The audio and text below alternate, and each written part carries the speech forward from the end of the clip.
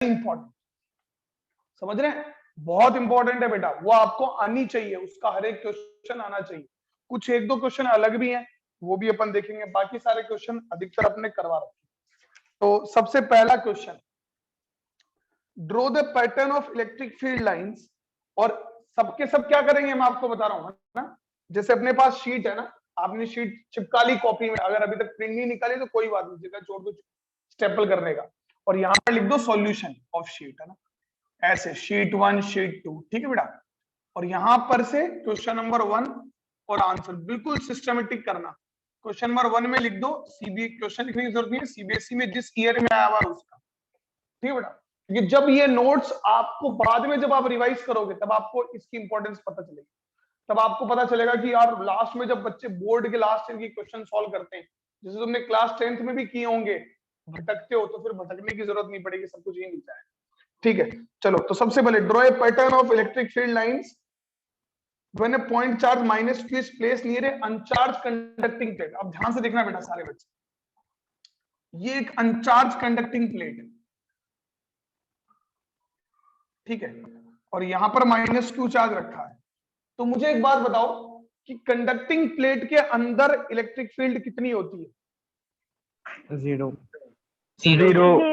ये negative charge है, तो इलेक्ट्रिक फील्ड लाइंस यूं यूं यूं यूं यूं अंदर एंटर करेंगी, इस तरह से अंदर एंटर करेंगे। अब ध्यान से देखना ना, अब इस साइड जो इलेक्ट्रिक फील्ड लाइंस है वो इधर से अंदर ऐसे, ये माइनस क्यू चार्ज था यहाँ पर, this was a minus Q charge, तो इंडक्शन से यहाँ क्या कौन सा चार्ज इंड्यूस कर लेगा बेटा? Plus Q. और यहाँ कौन सा कर लेगा? Minus Q. अब यहां से इलेक्ट्रिक फील्ड लाइंस को आप ऐसे नहीं बना सकते, क्यों? क्योंकि ये इलेक्ट्रिक फील्ड लाइन ऐसे बना दूं क्या, इस तरह से बना दूं, सही है क्या, बताओ मेरे को? No, sir, perpendicular to surface. हाँ, it should be perpendicular to the surface. तो ये इलेक्ट्रिक फील्ड लाइंस जो है वो ऐसे निकल कर ऐसे यूं निकल कर आएगी, बेंड हो गई, ठीक है, इस तरह से बना, they should be perpendicular to the surface of the conductor. फिर यहाँ पर इलेक्ट्रिक फील्ड लाइन गायब हो गई और ये नेगेटिव चार्ज है, तो इलेक्ट्रिक फील्ड लाइंस वापस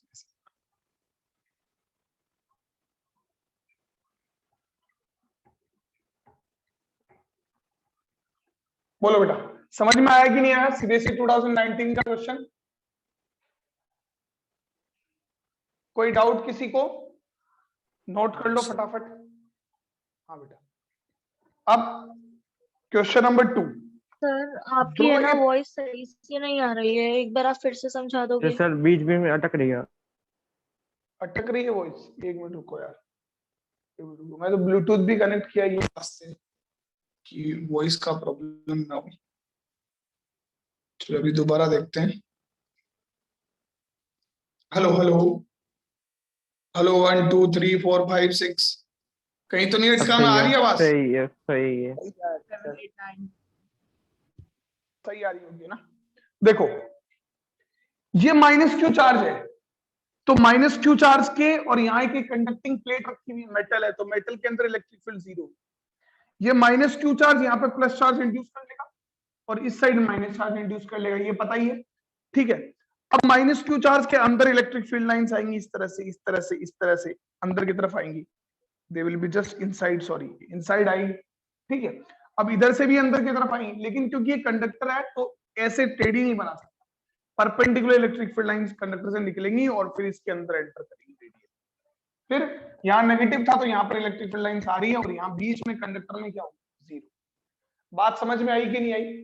यस सर, यस सर, है ना? So this was the first question of sheet, that is question number 1 CBSE 2019, ठीक है बेटा। अब अपन बात करेंगे क्वेश्चन नंबर 2 की। Draw a pattern of electric field lines due to 2 positive charges placed at distance d apart. बेटा ये करवाया कि नहीं करवाया आप लोगों को? यस सर, आपने कराया था, फिर d/2 पे ये रिपल्शन शो कर देगी। हाँ बेटा, सारे बच्चों को करवाया ना नोट्स के अंदर question number 2? Yes, sir. Yes, sir. Yes sir. हाँ, तो क्वेश्चन वेरी गुड। तो क्वेश्चन नंबर 2 यहाँ लिख लो, जो भी ईयर का है, कौन से ईयर का है ये? AI 2019, और आंसर में लिख लो रेफर टू नोट्स, है ना बेटा। बेटर तो ये है कि अगर आपने पेज नंबर डाल रखे है ना आपकी कॉपी के अंदर, कितने पेज नंबर पर मेरा ये है ना, तो वहां पर आप लिख सकते हो refer to notes page number this. नहीं डाल रखे तो फिर भुगतोगे। तो इसलिए कहता हूँ पेज नंबर डाल लिया करो। मैं तो क्वेश्चन नंबर भी डालने को कहा था कि क्वेश्चन नंबर भी डालना, तो रेफर टू नोट्स ऐसे कर लेते तो फिर क्लियर हो जाता। चलो, draw the pattern of electric field lines due to electric dipole, ये भी बताया हुआ है यस सर। Yes, sir. है ना। तो question number 3 is again AI 2019। Answer दोबारा क्या होगा बेटा इसका? सर इसमें Refer to- वैसे ही रेफर टू नोट्स। इसमें माइनस से प्लस की तरफ जाएगी ना, हाँ, प्लस से माइनस की तरफ जाएगी ना। इलेक्ट्रिक डाइपोल है। ये माइनस क्यू है तो यू जाएंगी ना। सर डाइपोल में उल्टा नहीं होता था। अच्छा वो मोमेंट था, डाइपोल मोमेंट। अरे यार तू मरवाएगा यार किसी को। वो डाइपोल मोमेंट की डायरेक्शन अपन मानते हैं उल्टी, ठीक है, सिंपल। चलो, why do electrostatic field lines form close loop not form close loop? लिखवाया था क्योंकि इसका ऐसा आंसर। हो नहीं सकता। क्यों? सर क्योंकि प्लस सर के अंदर पॉजिटिव से बाहर जाएगी निकलती है और नेगेटिव से हाँ, अंदर आती है, फिर सर्कल हाँ। बन ही नहीं पाता। दो अलग अलग चार्जेस से अलग अलग नेचर है इनका। ऐसा नहीं है कि दोनों एक ही पॉइंट पर, एक पॉइंट पर या तो पॉजिटिव चार्ज हो सकता है या नेगेटिव चार्ज हो सकता है। दो एक ही पॉइंट पर दो चार्जेस एक साथ नहीं हो सकते कि वहीं से निकल जाए और वहीं से आ जाए। तो आंसर लिखवाऊं कि लिखा हुआ है अपने पास? लिखवाया तो नहीं आपने वैसे एक बार आंसर। लिखवा दो सर, एक बार लिखवा दो। चलो लिखवा, सर एक बार चलो लिखवा लिख लो। दो। एकदम चलो बोर्ड वेरी वाला। गुड, है ना। बिल्कुल बोर्ड वाला लिखवा देते ना। तो लिखो क्वेश्चन नंबर 4 आंसर 4। बहुत जरूरी है बेटा, मैं आपको कह रहा हूं बोर्ड की शीट अपने एनसीईआरटी पढ़ते हैं ना उससे ज्यादा भी जरूरी है, समझ रहे हो। तो answer number 4, it is so because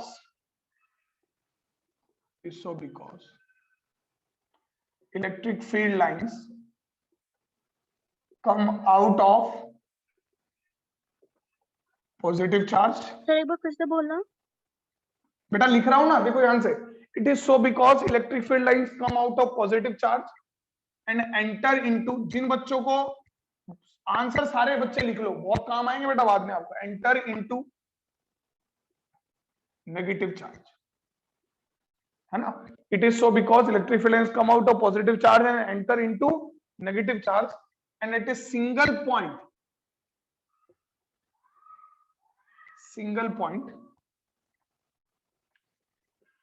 we cannot have both the charges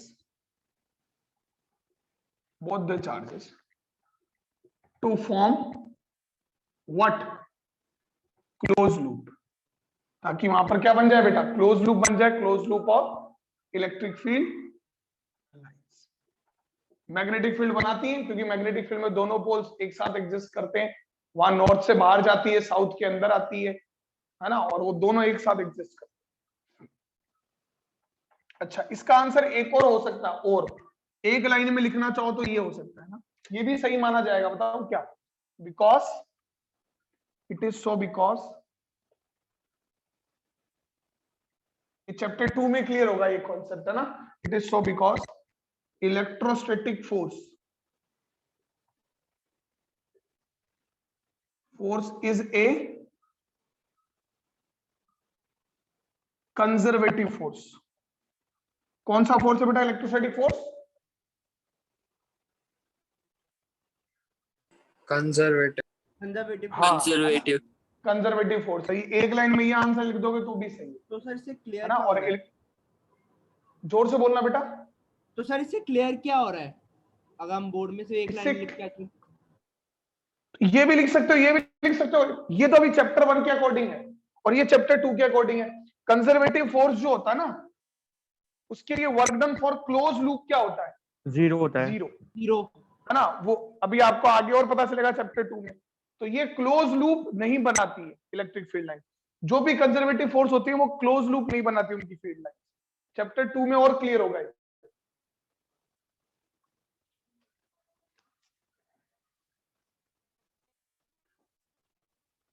चलो हो गया।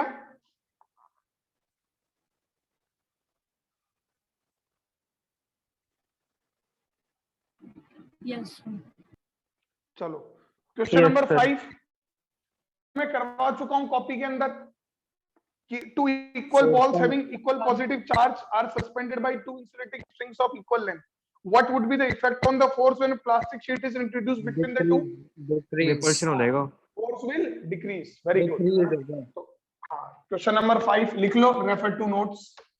ठीक है, और अगर आपने पेज नंबर लगा रखे हैं अपनी कॉपी में तो सबसे सही रहता है, बाद में जाके कोई दिक्कत नहीं होगी जब शीट रिवाइज करोगे तब. अगला, why do electric field lines never cross each other? ये कल ही बताया था, मतलब बताया हुआ आपको. Yes, sir. डायरेक्शन हो जाते हैं. याद नहीं है. बट लिखवाने की जरूरत है, लिखवाऊं ये क्वेश्चन नंबर 6 का बोल आंसर. दो एक बार, बोल दो. चलो लिख लो. देखो अब समझा देता हूं पहले फिर बोल देता हूं. देखो मान लो कि अपने को पता कि ये इलेक्ट्रिक फील्ड लाइन है,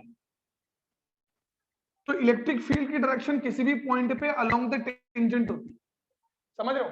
अब मान लो आप दो इलेक्ट्रिक फील्ड लाइंस को इंटरसेक्ट करा देते हो, तो जो पॉइंट ऑफ इंटरसेक्शन होता है वहां पे दो टेंजेंट बनाए जा सकते हैं, दो कर्व आ गए, और इसका मतलब एक ही पॉइंट पर दो इलेक्ट्रिक फील्ड लाइंस की डायरेक्शन हो गई, और एक पॉइंट पे दो इलेक्ट्रिक फील्ड लाइन की डायरेक्शन थोड़ी हो सकती है, व्हिच इज नॉट पॉसिबल. ठीक है बेटा, तो लिख लो. चलो जिसको नहीं आ रहा वो लिख लो.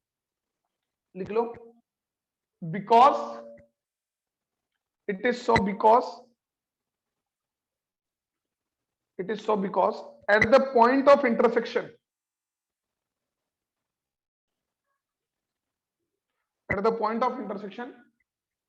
of two electric field lines, we can draw two tangents,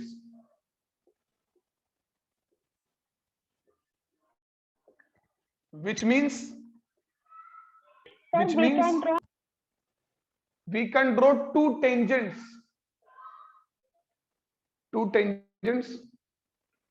which means there are two directions. There are two directions of electric field at a point. Electric field at a point which is not possible. ठीक है बेटा? Direction के बाद बोलना वापस. किसके बाद बोलना है दोबारा? There are two directions. Directions of electric field at a point. Directions of electric field at a point which is not possible.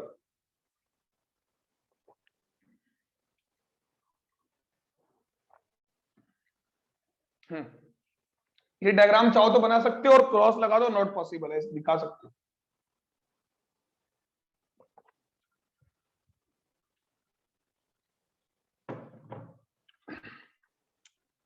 आगे बढ़ जाए बेटा.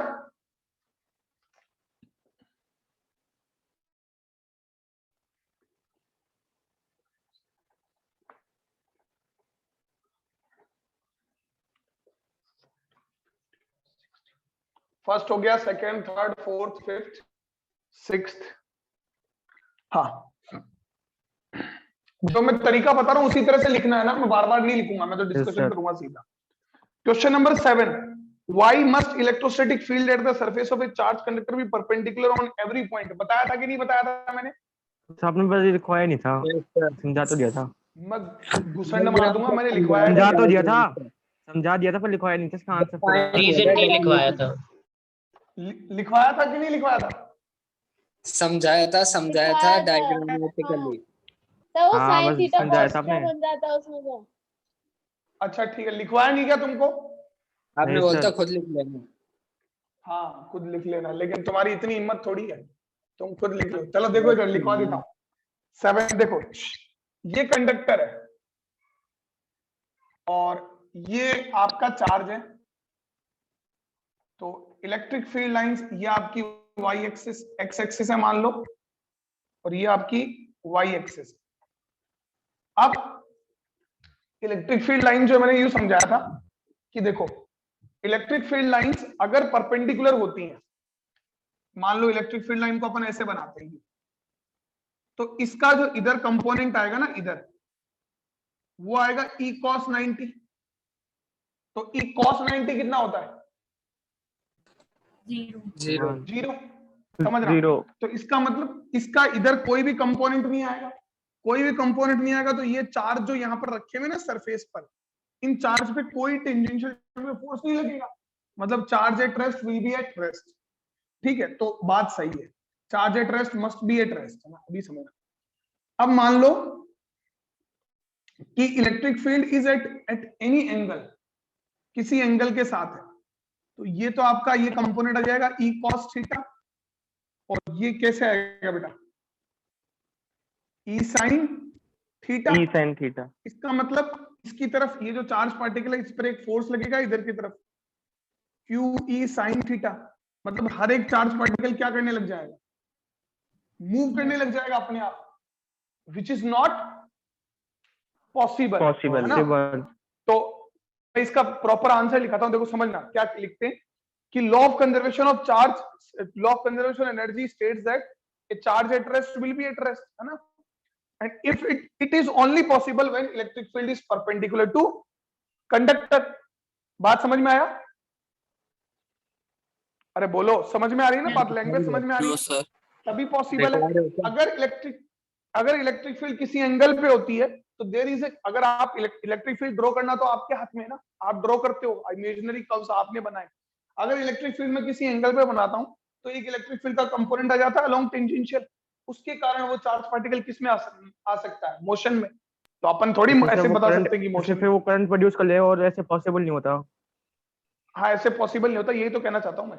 चलो अब मैं लिखवाता हूं इसको, लिखो लाइन लाइन लिखो, छठी क्लास के बच्चे लिखो, लिखो according to law of conservation of energy, according to law of conservation of energy, a charge at rest must be at rest, a charge at rest must be at rest, and it is only possible, and it is only possible, and it is only possible when there is no component of electric field, when there is no component of electric field in tangential direction। ये तभी possible है जब electric field का कोई component नहीं होता है tangential direction, tangential direction. ठीक है? But when electric field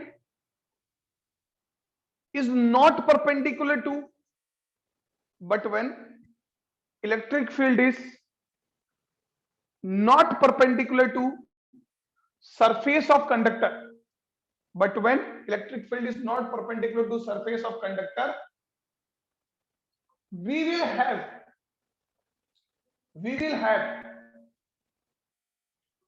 a component of electric field,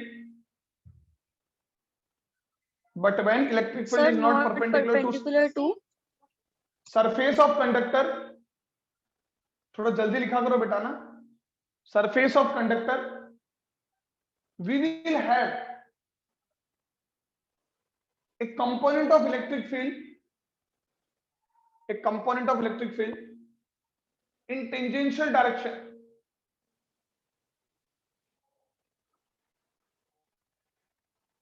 electric field in tangential direction which will bring charge at rest, electric field के आगे बोलना, दोबारा, component of electric field along tangential direction, along tangential direction which will bring charge at rest in motion, which will bring charge at rest in motion, which will bring charge at rest in motion, and this will violate कौन सा law? Conservation of energy. Conservation of energy. Violate law of conservation of energy.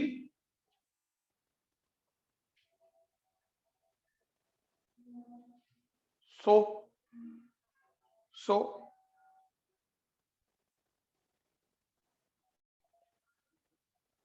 electric field lines are always perpendicular to surface of conductor.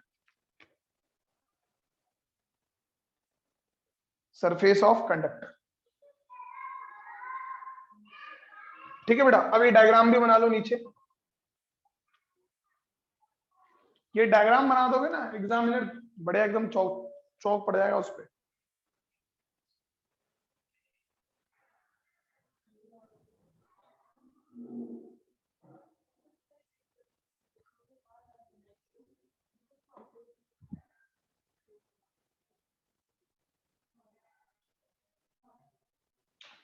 Note कर लिया बेटा? Sir हाँ, अपन इसमें ऐसे भी तो बोल सकते हैं, अगर वो चार्ज मूव करने लग गया जिससे फिर करंट प्रोड्यूस हो जाएगा, और ऐसे हो ही नहीं पाता। अरे तो हाँ, तो करंट प्रोड्यूस हो जाएगा, तो वही तो बात तो है कि करंट अपने आप प्रोड्यूस नहीं होता, कोई ना कोई वही कह रहा एनर्जी हूँ। चाहिए अपने को प्रोड्यूस करने के लिए, है ना? और ऐसे तो कोई भी आप हाइपोथेटिकल कोई भी आंसर दे सकते हाँ हो, वही कह रहा हूँ। कोई प्रॉब्लम नहीं है। चलो क्वेश्चन नंबर 8। ये रिद्धि को प्रॉब्लम होती है। क्वेश्चन नंबर 8, अंशुल आर्यन नहीं आया ना?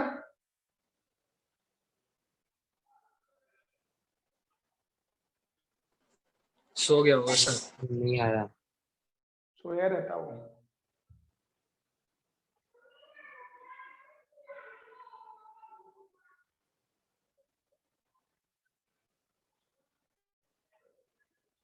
बोर्ड की शीट में नहीं आते ना, मैं कह रहा हूँ भविष्य खराब है इनका।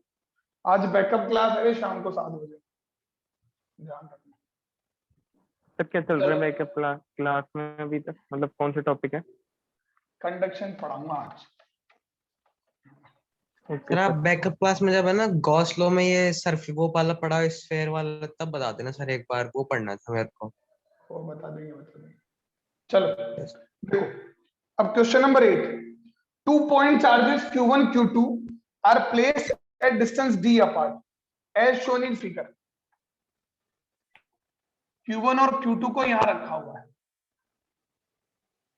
at distance d apart। देखना ध्यान से, बहुत इंपॉर्टेंट बात है ना। और ये पॉइंट P है, जो मैंने बातें लिखाई है ना वो सब की सब नोट लगवाए, वो सब की सब देख लो। The electric field intensity 0 at point P। यहां पर इलेक्ट्रिक फील्ड 0 है, ठीक है। Write two conclusion that you can draw from this. अब मुझे बताओ, अगर यहां पर इलेक्ट्रिक फील्ड 0 है, समझना आप सारे बच्चे, क्वेश्चन नंबर 8, यहां पर इलेक्ट्रिक फील्ड 0, अच्छा इलेक्ट्रिक फील्ड यहां पर 0 कब आती है? जब इन दोनों चार्जेस का नेचर सेम होता है कि अपोजिट? अपोजिट। अपोजिट। अपोजिट। बात समझ में आई? अरे बोलो, जब इन दोनों Yes, का sir, yes, nature sir. Opposite होता है तभी तो पॉइंट बाहर लाई करता है। तो कंक्लूजन्स, तो पहला कंक्लूजन क्या है? What are the conclusion? पहला कंक्लूजन क्या है कि nature of Q1 and Q2 are what? Opposite. मानते हो कि नहीं मानते हो? ठीक है, तभी पॉइंट Yes, sir. इधर लाई करता है। दूसरा पॉइंट इधर ने लाई करके, इधर ने लाई करके इधर क्यों लाई कर रहा है? Q2 less than Q1। Q2 small है, जो मैग्नीट्यूड Q2 स्मॉल है। लेस है वो Q1 का मैग्नीट्यूड ज्यादा है। Q2 का मैग्नीट्यूड कम है किससे? Q1 से। Q1।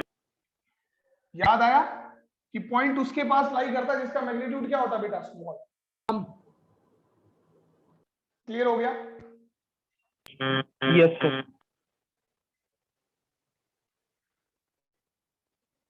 रिद्धि बेटा, आपको ज्वाइन करने में तकलीफ होती है क्या? मतलब ये प्रॉब्लम आती है क्या ज्वाइनिंग में? बहुत ज्यादा इन आउट होते हो आप। Yes sir. चलो लिख लो। लक्ष्य वो सर केवी ये से वाला गर्ल फिर आती से थी, समझा दोगे एक बार? समझा रहा हूँ। लक्ष्य बेटा केवी से जो गर्ल आती थी उसका क्या नाम है?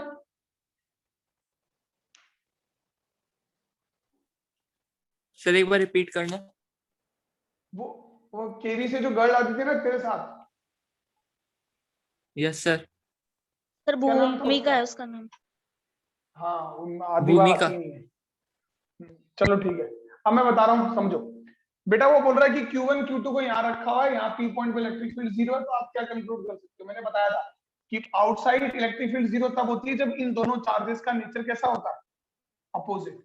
एक प्लस होता है, एक माइनस होता है, तो पॉइंट इधर लाई करता है। समझ रहे हो? अब पॉइंट, न्यूट्रल पॉइंट किधर लाई करता है? जिस चार्ज का मैग्नीट्यूड क्या होता है? स्मॉल की लार्ज? स्मॉल। स्मॉल। बस वही लिखा है मैंने। स्मॉल। ठीक है बेटा, वेरी गुड। चलो नोट कर लो इसको, बहुत आसान है। अब आगे बढ़ते हैं। 2 पॉइंट चार्जेस 8 हो गया। 9 कर लोगे। Define dipole moment of sir. Electric dipole. Is it Yes, sir, scalar और कर वेक्टर दिया। Quantity? Yes Yes, sir. sir. Sir. बहुत है। थैंक यू बेटा, Yes, थैंक sir. यू। बहुत बड़ा एहसान करोगे आप लोग क्वेश्चन नंबर 9 करके, है ना? 10 बोलो, 10। सर इसमें ग्राफ प्लॉट करना पड़ेगा ना? Yes. Yes, sir. हाँ ग्राफ, ग्राफ कैसा आएगा 10 में?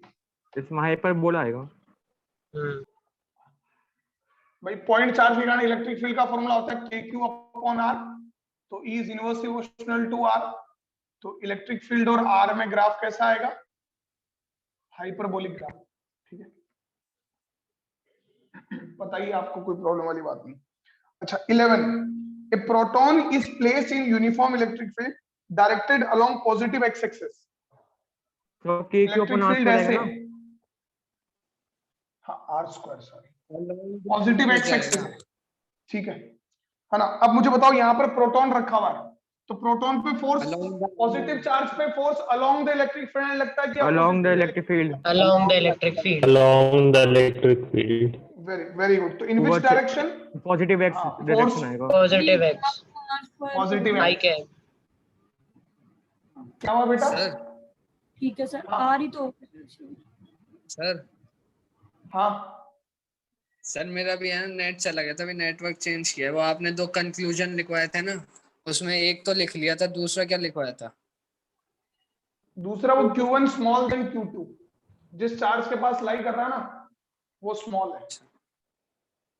चलो ये बात समझ में आ गई बेटा? Force will be along positive x direction. Yes hello, sir. Sir यही है। स्क्रीन सही आ रही है मेरी सबको? Yes sir. Yes, sir. चलो अब आ जाओ, क्वेश्चन नंबर कौन सा था ये? 10 और 11। 12 देखो यार, बहुत स्पीड स्लो है, बाकी सबको सही आ रही है आता, बहुत स्लो है speed. 13, question number 12, sorry. In which orientation a dipole is placed in uniform electric field is stable and unstable equilibrium? बताओ। सर जब थीटा 0 होएगा जब स्टेबल होएगा, जब थीटा 180 होगा जब हाँ। अनस्टेबल हो जाएगा। बताया था ना, थीटा 0 होता तो स्टेबल और थीटा 180 होता तो अनस्टेबल। डाइपोल वाला टॉपिक पढ़ के देखो आप। Question number 13, 2 point charges having equal charges are separated by distance 1 meter each. What will the force if they are held in a water of same distance? K water इतना है। तो मैंने बताया था फोर्स इन मीडियम का formula क्या होता है बेटा? F dash is what? K times Force 1 upon K हो upon जाएगा K ना? times. हाँ 1 upon K टाइम्स। तो नया फोर्स, पहले फोर्स कितना है? 8 न्यूटन, और K ये डायलेक्ट्रिक कांस्टेंट है 8 upon 80। तो फोर्स इज 1/10, तो दैट इज 0.1। 0.1। ठीक है, ये 13 क्वेश्चन है। ये 14 सर। वाला बता दो फटाफट। हाँ सर अगर इसको अगर फॉर्मूले से सॉल्व करे तो नहीं आएगा? क्यों, यही आएगा, फॉर्मूले से भी यही आएगा। ये नहीं आ रहा ना। क्या फालतू बात कर रहा है यार? फॉर्मूला गलत सही में है। यार, तुम मेरा बहुत दिमाग खराब करते हो यार। मैं सही कर रहा हूँ यार तुमसे, साला मैं 13 क्वेश्चन नहीं करा पाया सीबीएसई के, वो भी एक एक नंबर के। बताओ 1 घंटे में तुमसे कैसे नहीं आएगा फॉर्मूले से? ये फॉर्मूले से तो ड्राइव किया हमने। हाँ तो ये फॉर्मूला है कि पहले लगाया F is KQ1 Q2 upon R square कर दिया, फिर रुक जा, मैं कर देता हूँ, रुक जा प्लीज। पहले फॉर्मूला लगाओगे Q1 Q2 upon 4 pi epsilon not R square, बाद में फॉर्मूला लगाओगे Q1 Q2 4 pi epsilon R square, दोनों को डिवाइड करोगे ना F डैश अपॉन F, तो ये कट जाएगा, ये कट जाएगा, ये कट जाएगा, ठीक है। तो एप्सिलॉन नॉट अपॉन एप्सिलॉन, तो F dash is equal to F upon epsilon upon epsilon naught. क्या ठीक है यार, पूरा डिराइव करवा लेते हो, है ना। चलो अब क्वेश्चन नंबर 14 में बताओ कौन सा डायग्राम सबसे सही है। डी वाला सही है। डी वाला। डी वाला क्यों सही है बेटा? डी वाला क्यों सही है? सारा बेटा बताओ, क्योंकि इलेक्ट्रो Perpendicular. तुम सब सारा हो क्या? पूछो जिससे बोलने तो ना। सारा, हेलो सारा बेटा, बोलना ही नहीं है। रिद्धि बेटा आप बताओ कौन सा डायग्राम सही है? लक्ष्य तू बता दे यार।